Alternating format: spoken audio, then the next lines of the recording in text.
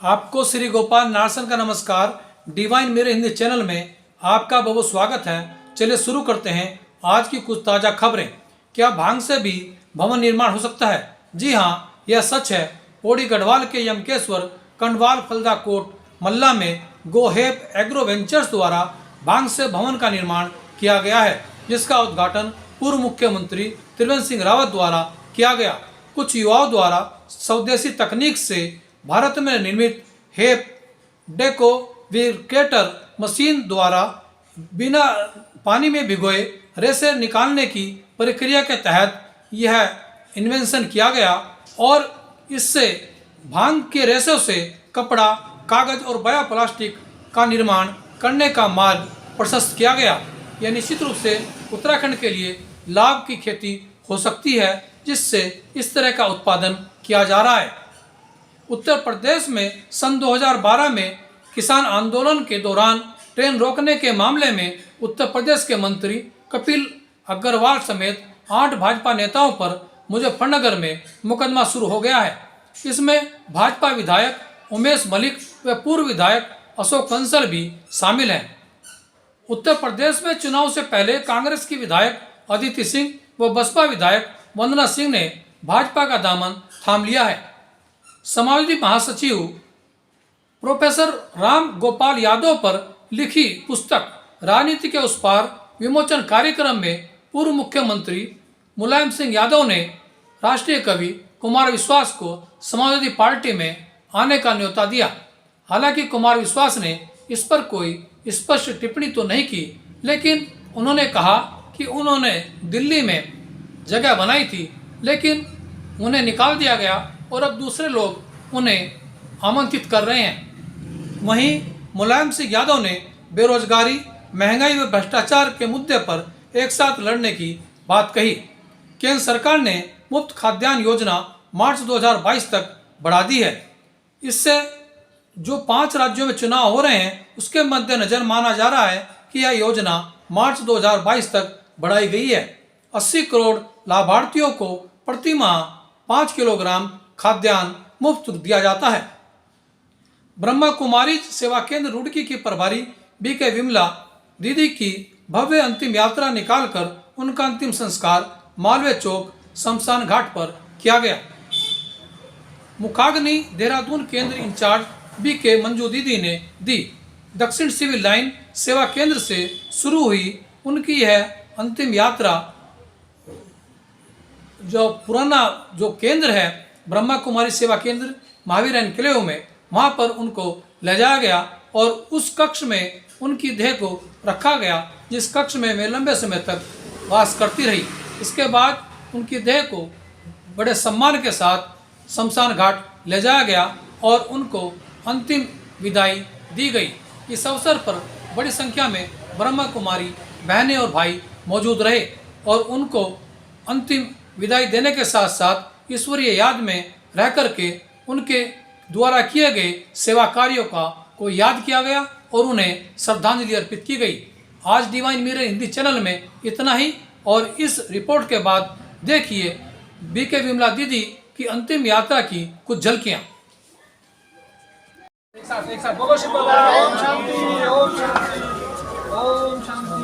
ओम शांति। जय देख रहे हैं अंतिम यात्रा शुरू हो चुकी है बीके विमला दीदी की और आश्रम से अब निकल रहे हैं और रथ सामने तैयार है जहां पर उनको लेकर के जाया जा रहा है और सब जितने भी भाई बहनें हैं सब ईश्वरीय मनोयोग से इस रथ यात्रा में, इस अंतिम यात्रा में शामिल हो रहे हैं। और इस आप देखिए किस तरह से एक धार्मिक वातावरण है और शोक भी है, लेकिन साथ साथ चूँकि सबको परमधाम जाना है इसलिए, लेकिन ये ज़रूर है कि जो बीके विमला दीदी को चाहने वाले हैं उनकी आंखें भर आई, नम हो आई और 70 वर्ष कम नहीं होते सेवा के, लगातार निरंतर वो सेवा करती रही और ईश्वरीय याद में खोई रही। बहुत बड़ा योग था, बहुत बड़ी रूहानी शख्सियत थी जो राजयोग के दौरान जाती थी और ईश्वरीय अनुभूति जो उनकी होती थी वो निश्चित रूप से काबिल तारीफ़ है। और वे जो सकाश देती थी, जो ईश्वरीय महावाक्य पढ़ती थी, वो अक्सर से लोग आत्मसात करते थे। और जैसे उनकी इस अंतिम यात्रा में बहन ने ये संस्था का जो ध्वज है, शिव बाबा का जो ध्वज है, उसको लेकर चल रही हैं। और ये उनकी अंतिम यात्रा का एक बड़ा पड़ाव है। और यहाँ से यात्रा शुरू होगी और यहाँ से होते हुए महावीर एनक्लेव जो दूसरा सेवा केंद्र है वहाँ पर जाएंगे। और उसके बाद इस यात्रा को अंतिम रूप से जो मालवीय चौक है, शमशान घाट, वहाँ पर जा कर के ये समाप्त होगी। जैसे कि ये आप देख रहे हैं कि ये शोक की घड़ी भी है, लेकिन साथ साथ एक परम सत्य भी है कि हम सबको घर जाना है, परम धाम जाना है। आप देख रहे हैं देहरादून की इंचार्ज हैं बीके मंजू दीदी, सोनिया दीदी जो रुड़की में सेवा दे चुकी हैं, गीता दीदी, साथ साथ जो विमला दीदी के संपर्क में रही, उनके साथ सेवाएं हुई, उनकी पालना जिन जिन को मिली, वो सब बहनें आगे आगे चल रही हैं। और प्रजापिता ब्रह्मा कुमारी ईश्वर विश्वविद्यालय का पहला लक्ष्य यही है। बाबा ने हमेशा नारी शक्ति को आगे किया है और इस अंतिम यात्रा में भी नारी शक्ति आगे चल रही है, जैसे कि आप देख रहे हैं। और सभी को परम धाम जाना है, इसी लक्ष्य के साथ यह यात्रा अब आगे बढ़ रही है। महावीर एनक्लेव सेवा केंद्र पर भी बीके विमला दीदी के देह को सेवा केंद्र में अंदर ले जाया जा रहा है, ताकि उनके अंतिम दर्शन कराए जा सकें और उन्हें अपने इस सेवा केंद्र में, जहाँ पर उन्होंने लंबा समय बिताया है, वहाँ पर उस समय के लिए उनको रखा जा सके।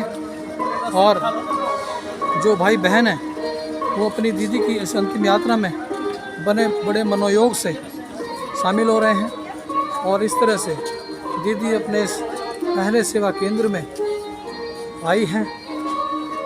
हालांकि आत्मा तो जा चुकी है, उनकी देह है, लेकिन जिस कक्ष में वो रहा करती थी उसी कक्ष में उनको लेकर जाया गया।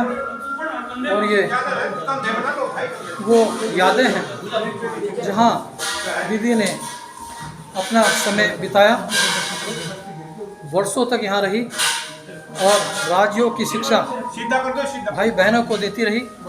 और समय समय पर योग शिविरों के माध्यम से भी उन्होंने चरित्र निर्माण की अलग जगाई। और इस तरह से वही वो कक्ष है जहाँ दीदी रहा करती थी।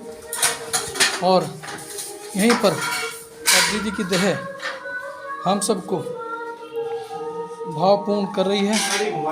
हम यहाँ सब ईश्वरीय याद में हैं और दीदी की अंतिम यात्रा निरंतर जारी है।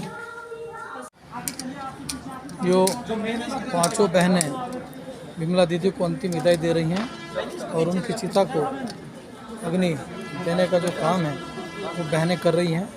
और ये आप देख रहे हैं कि किस तरह से एक नई परंपरा अपनी प्यारी दीदी को अग्नि के समर्पित करने के लिए इस तरह से योग युक्त होकर के बीके विमला दीदी को अग्नि दी जा रही है। और ये ईश्वरीय याद में सब बहनें परिक्रमा कर रही हैं। ये शमशान घाट में ये चलते रहो मंजू दीदी जो देहरादून सेवा केंद्र की इंचार्ज है। नहीं चलो दीदी लेके चलो। उसके बाद बबीता दीदी जिन्होंने बहुत सेवा की है, सोनिया दीदी जो सेंटर पर रही हैं, गीता दीदी रुड़की सेवा दे केंद्र पर। इस तरह से सभी दीदियाँ अपने प्यारी दीदी को अंतिम विदाई में लो अग्नि को समर्पित हो गई बीके विमला दीदी की देह। और हम सब यहाँ अंतिम यात्रा में सम्मिलित हुए और अपनी प्यारी दीदी को अंत में अपने के हवाले कर दिया और मैं परम धाम चली गई। यही सत्य है और यही ईश्वरीय ज्ञान भी है कि जो आया है वो जाएगा। राजा रंग फ़कीर। और निश्चित रूप से बीके विमला दीदी का योग था, ईश्वरीय याद में रही, इसीलिए उन्होंने सहज रूप से अपना शरीर त्याग किया और परम धाम चली गई। और उनकी देह भी अब पंच तत्व में विलीन हो रही है। ओम शांति, ओम शांति, ओम शांति।